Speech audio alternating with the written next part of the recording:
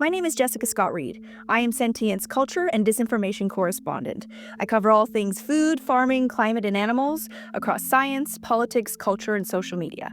My job is also to debunk pervasive myths and expose misinformation and disinformation. Misinformation is inaccurate information shared by mistake or due to misunderstanding.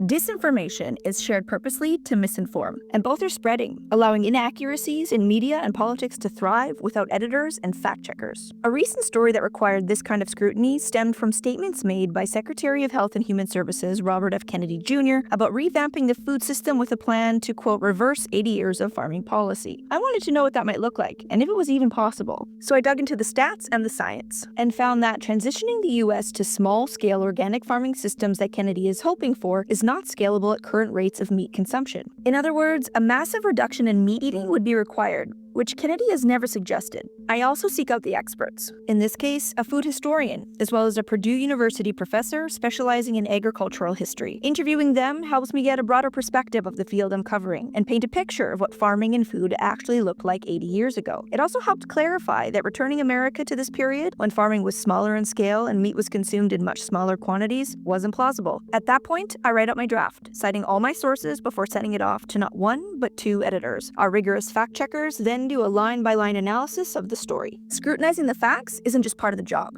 It's how we hold industries and policymakers accountable. It's also how we keep stories around food, farming, climate, and animals rooted in reality, especially in a media landscape where misinformation and disinformation often go unchecked.